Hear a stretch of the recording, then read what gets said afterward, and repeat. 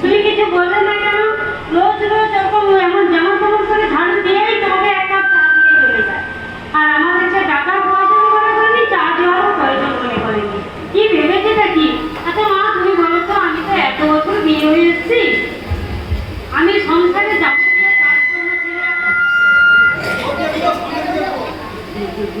আমি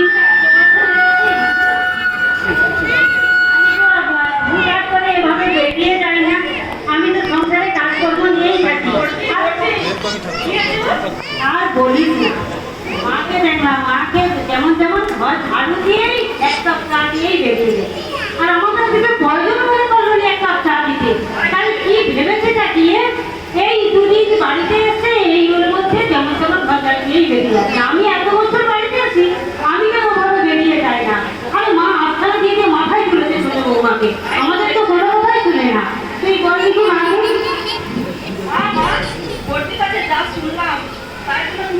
কিছুই বলবে না। সবসময় সব দোষ কি শুধু আমাদেরই দেখতে পাও? ছোটর কোনো দোষই তুমি দেখতে পাও না। আর শুধু বলছো অশান্তি অশান্তি অশান্তি। কেন অশান্তি? কেন অশান্তি হচ্ছে একবারও কি তুমি ভেবে দেখেছো অশান্তির মূল কারণটা কোথায়? মা মা, তোমার ছোট বাবা কোথায় বেরিয়ে গেল? আর তুমি তার দ্বারা কিছু দেখতে পাও না, যত দোষ আমাদের দেখতে পাও। সে যেমন তেমন করে ঘর ঝাড়ু দিয়ে চলে গেল, সকালে কিন্তু বাজার প্রচুর করে যাচ্ছে, কে করবে? অশান্তি অশান্তি আর ভালো লাগে না। আমি যখন বিয়ে হয়ে আসি, তুমি কি শিখেছো? যে মেস্তি ভাই বড়দি ভাই জীবন সংসারে কাজ করবে, সেরকম তুমি দেখে করবে। আর ছোট বউ যে সকালবেলায় শুধু বেরিয়ে গেল, তার দোষ দেখতে পাও না তুমি? অশান্তি অশান্তি। আমি একটা টিভি রাখতেই চলে যাই। আরে ওটা রিপোর্টে কমানো হবে।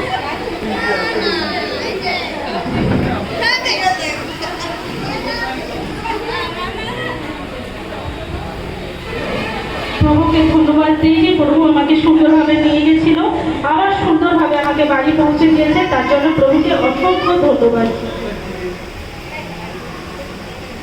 দিদি ভাইদেরকে তো চা টিফিন দিয়ে যায়নি, আর দিদি ভাইদেরকে জিজ্ঞেস করি যদি কেউ কিছু খাবে। আর বর্দি ভাই তোমাকে চা টিফিন দেবো কিছু? এক মেয়েও যেন নবাব লেনজিনি চলে এসছে, আমাদেরকে যখন চলে যাচ্ছে আমাদেরকে চা দেওয়ার কোনো প্রয়োজন মনে করেনি। এখন হচ্ছে দিদি ভাই চা দেবো, আমি তোমার হাতে চা খাবো না। চা দেখি দিদি ভাই, তোমাকে কি চা টিফিন দেবো? তুমি তো এই সময় মুড়ি মাখা খাও, আর তোমাকে কি একটু মুড়ি মেখে দেবো আর চা বানিয়ে দেবো? না না, আমার জন্য তোকে কোনো চিন্তা করতে হবে না, তোর চিন্তা তুই কর। আমার জন্য তোকে কিছুই ভাবতে হবে না। এমনকি আমি তোর হাতে খাবো না বলে দিলাম, জলও স্পর্শ করবো না, ঠিক আছে? ঠিক আছে। দিদি ভাই, তোমাকে কি কিছু চা আর টিফিন বানিয়ে দেবো? না না, কোথায় কি প্রার্থনা ছিল? দিদি প্রার্থনা এসে হাতটা ধুয়ে নি, শাড়ি ধুয়ে নি, এসে বলছে খাবো, আমি খাবো না। আর কেউ যখন কিছুই খাবে না, তাহলে আর নিজের জন্য কিছু বানাবো না। আর রান্না চাপানোর জন্য অনেকটাই সময় রয়েছে, আর আমি তাহলে একটু বাইরে ঘুরি এখন। এই মেজো, এই ছোট চলে আয় দেখি ও কি করছিস আগে দেখি। হ্যাঁ চলো দিদি ভাই, চলো চলে আয়। যত কি দেখিছ?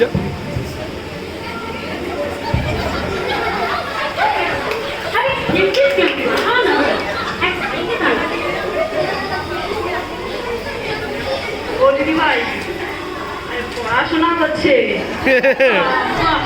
কলেজ যাবে নাকি? জানি বাবা, ওই ও যদি এত পড়াশোনা তাহলে বাবার বাড়িতে পড়বে না কেন? আমির ভাই এত পড়াশোনা দেখা কেউ নেমে পাস করবে না ম্যাট্রিক পাস করবে? দিদি ভাই আমাদেরকে বাবা মা কি বলতো, ও যতই এমএ পাস করো ওই খুন্তি পাসই হচ্ছে সাকসেস। আর এই ম্যাডাম খুন্তি পাস ছেড়ে দিয়ে কোনো বই পাস নিয়ে বসছে, কিন্তু মাধ্যমিক দিতে না এমএ পাস করছে। তো রঙ্গ দেখো টাইম পাস, পড়ার নাম ধরে টাইম পাস। আশীর্বাদ। কত রঙ্গ দেখাবে বাবা। আর দিদি ভাইরা তোমরা ওখান থেকে দেখছো কেন? ভেতরে আসো। আর প্রভু যিশু বাইবেলে কত ভালোবাসার কথা বলেছে। যিশু শুধু আমাকে ভালোবাসে না, তোমাদেরকেও ভালোবাসে। আমাদের ভালোবাসা দরকার নেই, তোর ভালোবাসা তোর কাছে রাখ। দরকার নেই ভালোবাসা আমাদের। কি বলছে? ভালোবাসার কথা? বাবা, ও, ভালোবাসা ভালোবাসা তোর কাছে নতুন শিখতে হবে ভালোবাসা। আর যখন অভাব আসবে দরজা থেকে আসবে জানলা দিয়ে ভালোবাসা বাড়বে। ভালোবাসা দেখাচ্ছে তোর ভালোবাসা ওর কাছেই রাখ। ও ভালোবাসা বইয়ের ভালোবাসা বয়ে রাখো। দিদি ভাই আমরা চলো বলছে ফোন দেখবো টিভি দেখবো, লাভ আছে ওর ভালোবাসার কথা শুনি। ওর ভালো চলো, চলো, চলো। আর প্রভু তুমি ওদেরকে ক্ষমা করো, কারণ ওরা জানে না বলে এই কথা বলছে। কারণ প্রভু তোমার বাইবেলের মধ্যে তুমি বলেছো আস্বাদন করিয়া দেখো সদাপ্রভু মঙ্গলময়। ওরা জানে না প্রভু, তাই ওদের তুমি ক্ষমা করো, ওদের পাপ তোমার স্মরণে রেখো না। আর প্রভু তুমি আমাকে সাহায্য করো। আর আগামীকাল সেই বিশ্রামবার রয়েছে, আর আমি যেন সকালবেলা উঠে সমস্ত কাজ ছেড়ে তোমার গৃহে যেতে পারি। আর তুমি আমাকে তার জন্য সাহায্য করো প্রভু। এই বেজো, এই বলো, বেজো, শুন, কি রবিবারে কি প্রার্থনা যাবো বলতে ছেড়ে? ওকে যে কোনো আটকাতে হবে, ওকে কোনো যেতে দেবো না। ওকে এগুলো কাজের মধ্যে থেকে ওকে আটকিয়ে রাখবো। এই বলি শোন, কালকে ওদের যা কিছু পোশাক আশাক আছে সব কিছু বের করে দিবে। ঠিক আছে, সব স্বাস্থ্য জলে ভিজিয়ে রাখবো, সব দিবে। ওকে একদমই পাঠাবো না। কি যিশুর মাধ্যমে মারাতে, যিশুর মাধ্যমে ওকে যাওয়ার চেয়ে দিই। পরের দিন সকালবেলা আমি অনেক ভোরে উঠেছি। ভোরে উঠে প্রায় আমার বাড়ি ঘরের সব কাজ হয়ে গেছে, আর কিছুই বাকি নেই। শুধু খাবার বানাবো, দুপুরের খাবার এবং সকালের টিফিন। কিন্তু কি যে বানাবো, আর দিদি ভাইদেরকে তো না জিজ্ঞেস করে বানাতেও পারবো না। আর জানি রবিবার ওরা একটু ঘুমোচ্ছে, তবু একবার গিয়ে দেখি জিজ্ঞেস করে যদি কেউ কিছু বলে। বর্দি ভাই, ও বর্দি ভাই, বর্দি ভাই একটু দরজাটা খুলবে? এই কেন আমাকে অত জ্বালাতন করাচ্ছিস বলতো? কেন জ্বালাতন করাচ্ছিস বল? বলছিলাম কি টিফিন করবো, এই জন্যই বলছিলাম। আমি উঠতে পারবো না, তুই যা বলবি করে যা। আমি একদম উঠতে পারবো না। বর্দি ভাই তো উপরন্ত আমার উপরে রেগেই গেল, দরজাটাও খুলে কি খাবার বানাবো বললো না। তাই মেজদি ভাইকে জিজ্ঞেস করে দেখি যদি কিছু বলে। মেজদি ভাইকে বলতে আমার একটু ভয়ই লাগে, কারণ মেজদি ভাই আমাকে পছন্দ করে না। তবু একবার জিজ্ঞেস করে দেখি। মেজদি ভাই, ও মেজদি ভাই, মেজদি ভাই, ও মেজদি ভাই, একটু দরজাটা খুলবে? বল। বলছিলাম যে কি টিফিন বানাবো একটু যদি বলো। তোকে একদিন আমি বলেছি না আমি তোর হাতে খাবো না, এমনকি জল ফর্সাও করবো না। আর কোনোদিন আমার দরজার সামনে আসবি না, যা। এসডি ভাই তো বললো না, রেগে উঠলো আমার উপরে। তাও শেষদি ভাইকে একবার জিজ্ঞেস করে দেখি। ও শেষদি ভাই, শেষদি ভাই, ও শেষদি ভাই, একটু দরজাটা খুলবে? আজকে রবিবার একটু যে দেরি করে উঠবো এর জন্য হবেই না। কি হয়েছে বল বল। বলছিলাম যে তোমরা কি টিফিন খাবে, আমাকে একটু যদি বলতে তাহলে আমি বানাতাম। জানি না, যা করতে যা, আজকে আমি রবিবার দেরি করে উঠবো। আর দিদি ভাইরা তো কেউ কোনো কিছুই খাবারের কথা বললো না। আর তাহলে আমি টিফিনটা বানাবো না, আর দুপুরে রান্নাটাই বানিয়ে নিই। আর মাকে জিজ্ঞেস করি যে দুপুরে রান্নার জন্য কি হবে, একটু মাকে জিজ্ঞেস করে নিই। মা, দুপুরে রান্নার জন্য কি করবো একটু বলবে যদি? আজ তো রবিবার, যে মাছ মাংস আছে, তুমি দিদি যাবে দেখতে লাগছি রাখবো। আচ্ছা ঠিক আছে।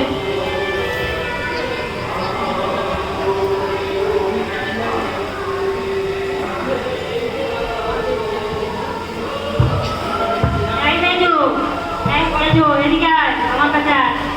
কি কি জিনিসপত্র আছে সব বের করতে, আমি স্বাস্থ্য জলে দিবি রে।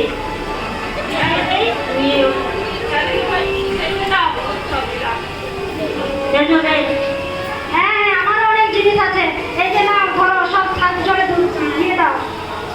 গায়ে জামা কাপড় গায়ে জামা কাপড় গায়ে বর্দি ভাই শোনো না, আমার অনেকবার জামা ধোয়া আছে, তবুও আমি আরেকবার বলতে চাই। আরে দিয়ে দিয়ে করতে আমি দিয়ে দিই নিয়ে আয়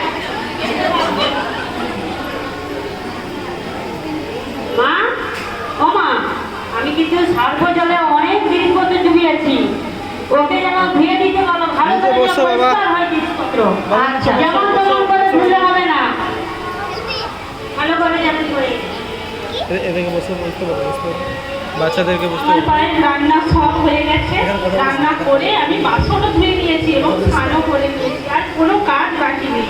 এবার আমি প্রভু নিয়ে যাব, প্রার্থনায় যাব। আর কত দূরে দূরে থেকে কত বিশ্বাসী ভাই বোনেরা আসবে, আর আমি আজকে একটু আগে থেকেই যাব, কারণ প্রভু নিয়ে যাওয়ার জন্য আমার ভীষণ আনন্দ লাগছে। আর আমি মাকে বলি যে আজকে আমি প্রার্থনায় চলে যাচ্ছি। মা ওকে 10:30টার দিকে ধুতে পারো এখন নয় মা মা আমার রান্না বান্না সব হয়ে গেছে, আমি এখন প্রার্থনায় যাচ্ছি, যিশুর প্রার্থনায়।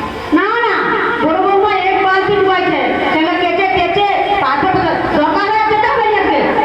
আর বলছিলাম মা আমি প্রার্থনা থেকে এসে সব কেটে ধুয়ে মিলে দেবো, এখন আমি যাই। না না এবার ধুয়ে যাবে। আচ্ছা ঠিক আছে। কংগ্রেসরা বাঁচিল মা না বলছে তবু মার অবাধ্যতা হয়ে চলে যাচ্ছে তাহলে কিভাবে মেয়েটা খাও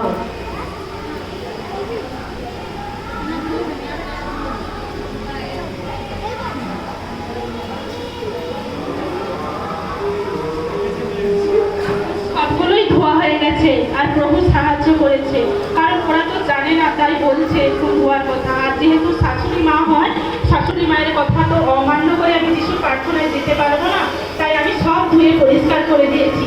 এবার আমি মাকে বলে প্রার্থনায় যাব, যিশুর প্রার্থনায় আমি ঠিক সময়ে পৌঁছে যাব।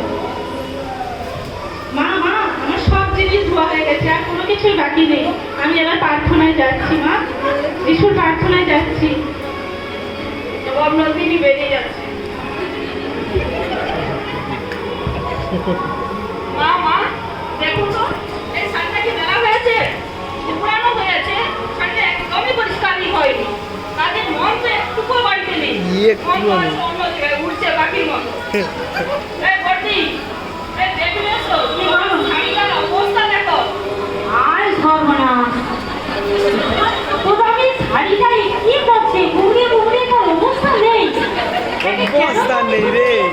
সপ্তমারি করে যাচ্ছে যা এই ছোট বেঁধেছো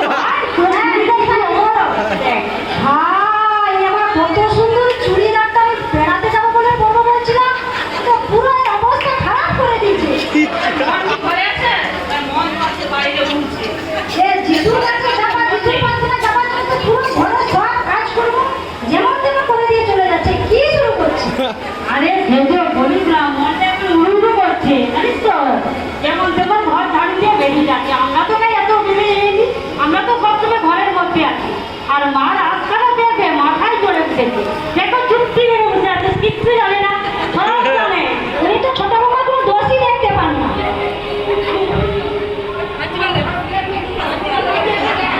কি বলবো আর, তোমরা তো জানো যেদিন যে মানে সংসারে আসে কিছুর প্রার্থনায় যায় সেই দিন যে শুধু অশান্তি অশান্তি আর ভালো লাগে না। অশান্তি আর সহ্য হচ্ছে না, ভীষণ মাথা যন্ত্রণা হচ্ছে, ভীষণ শ্বাস নিতে কষ্ট হচ্ছে। এই ভেজো কি হচ্ছে হ্যাঁ দেখো না বলছি আমার মাথা ভীষণ যন্ত্রণা করছে, ভীষণ শ্বাস নিতে কষ্ট হচ্ছে, ও ভীষণ কষ্ট হচ্ছে। মেসি ভাই কি হয়েছে? আর দেখ না আমার ভীষণ মাথা যন্ত্রণা, আর শ্বাস নিতে ভীষণ কষ্ট হচ্ছে রে। রকি ভাই শুনো কি রে? করোনা হয়েছে, শ্বাসকষ্ট করছে, মাথার যন্ত্রণা হচ্ছে, রুমের কাছে যাওনি। বাবা একদম রুমের সামনেই যাওনি। এই বলিস আমি কাজ ব্যস্ততার মধ্যে থাকবো আমাকে ডাকবি না তুই কিন্তু আমাকে ডাকবি আমি কিন্তু কাজ করবো আমি আসবো না আবার শুনেছি বেশি বয়স হয়ে গেলে 60 বছরের বেশি হয়ে গেলে করোনা ভাইরাস বেশি আক্রমণ এই করবে। বাবা একদম সংস্পর্শে যাও না, চলে এসো। আমরা কাজে ব্যস্ত থাকবো হ্যাঁ বর্দি বর্দি আমাকে একটা জল দিয়ে যাও না, আমার ভীষণ কষ্ট হচ্ছে, শ্বাস নিতে তো ভীষণ কষ্ট হচ্ছে, আর পাচ্ছি না। আমি যেতে পারবো না, আমি নানা কাজে ব্যস্ততার মধ্যে আছি, তুই যেতে বল। বর্দিকে এত ভালোবাসতাম, বর্দি আমাদের কাছে এলো না। দেখি সেজকে বলে, সেজ, ও সেজ, আর আমাকে একটা জল দিয়ে জানালে, আমার ভীষণ কষ্ট হচ্ছে, আর পাচ্ছি না। না না, আমি এখন আটা মাখাচ্ছি, আমার হাতে আটা জড়িয়ে আছে, আমি পারবো না জল দিতে। বর্দিকে সেজকে এত ভালোবাসতাম, আর আমার এই অসুস্থতার সময় কেউ আমার কাছে এলো না। দেখি মাকে একবার বলে কি বলে। মা, মা গো, আমাকে এক গ্লাস জল দাও না, আমার ভীষণ কষ্ট হচ্ছে। ছোট ছোট বৌমা, বড় বৌমা বললো যে 60 বছর বয়সে করুণা টাকা করে। আমার তো 60 বছর বয়স হয়ে গেছে বাবা, আমি যাবো না বাবা। বৌমা ডাকলে আমি বলবো আমার কখনো ব্যথা। ও মা, মা গো, আমাকে একটা জল দিয়ে দাও না। আমার কোমরে ব্যথা, আমার কোমরে যন্ত্রণা করছে, আমি যেতে পারবো না। ভীষণ কষ্ট হচ্ছে।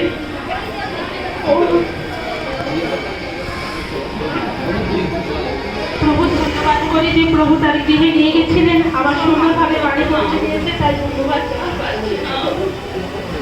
অসহ্য যন্ত্রণা।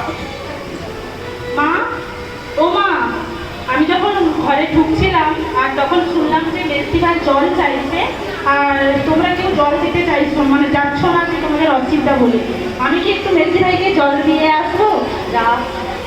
আর জানি যে মেস্তিভাই আমাকে একদমই পছন্দ করে না, তবু দেখি যদি মেস্তিভাই একটু জল খায় আমার হাতে। এই দেখ, ও যাও, গরু খাই না, গরু পাবে না হবে, আমার একদম যাওয়ার দরকার নেই। না না, একদম একটা বাড়ির সামনেই যাওয়া যাবে না, তুমি যাও।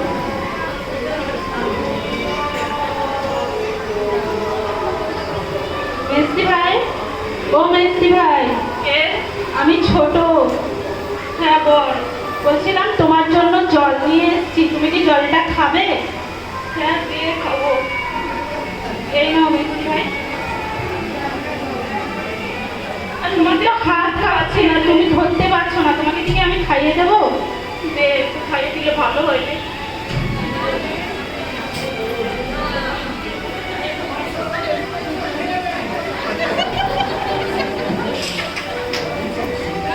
সে পেলানি। জানিস ছোট, আমি বড়দিকে সেটাকে ভীষণ ভালোবাসতাম রে, আর মাকেও ভীষণ ভালোবাসতাম। আর আমার যখন এত কষ্ট হচ্ছে না, ওদেরকে ডাকলাম একটু জলের জন্য, কেউ আমাকে একটু জল দিতে এলো না রে। আর তোকে আমি এত কষ্ট ভালোবাসিনি, তোকে আমি অনেক কটু কথাই বলেছিলাম, তোকে আমি চোখেই দেখতে পারতাম না। আমার মাথার যন্ত্রণা ভাবছি না রে। দিদি ভাই, তোমার মাথায় কি আমি একটু হাত বুলিয়ে দেবো? না, ভালো হয়, ভীষণ কষ্ট হচ্ছে।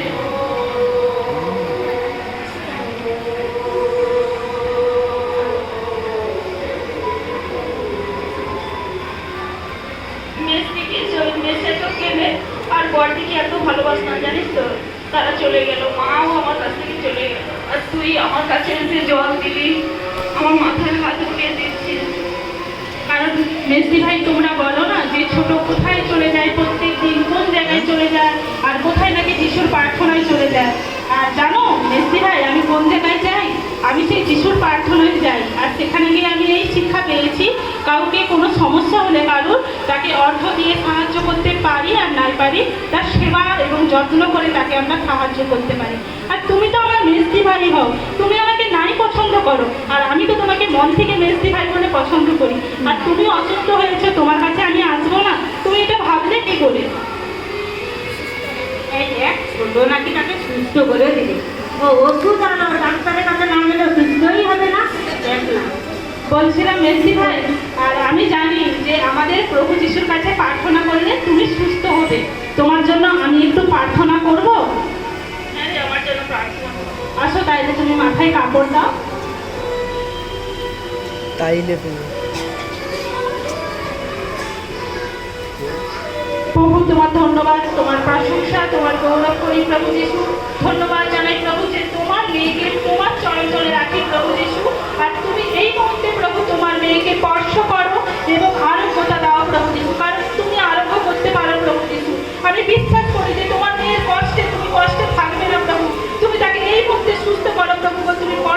প্রভু যিশু। তুমি তার জীবনের সমস্ত ভার দায়িত্ব নাও প্রভু, তাকে তুমি সুস্থতা প্রদান করো প্রভু যিশু। সমস্ত ভার দায়িত্ব তুমি নাও প্রভু যিশু। ভর্তি ভাই ছোট মেয়েটিকে কি যিশুর প্রার্থনা করে তোর প্রার্থনা, রাত্রে প্রার্থনা, ও যদি সুস্থ হচ্ছিল তাহলে তো কিছু যদি সুস্থ হতো তাহলে আর তো ডাক্তার বলতে উঠতো না।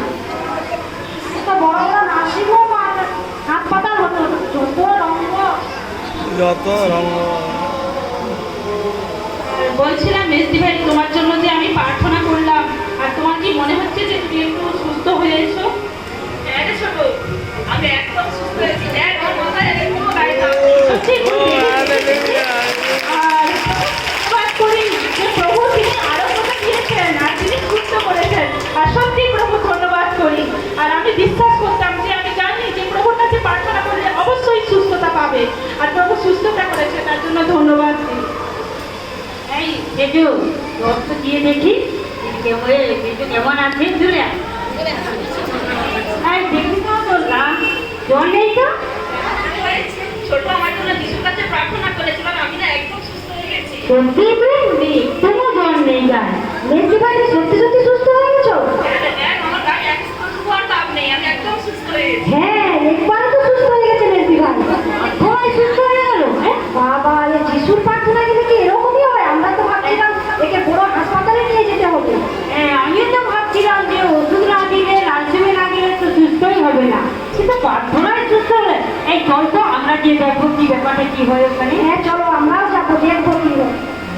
ছোট জানিস তো, আমি তো বড়দিকে সেজুকে মাকে ভীষণ ভালোবাসতাম, কিন্তু তোকে তো আমি অনেক গালিগালাজ দিয়েছি। অনেক প্রথমে বেশিরভাগ চোখেই দেখতে পারতাম না রে, তোকে অনেক আমি নিচু চোখে দেখতাম।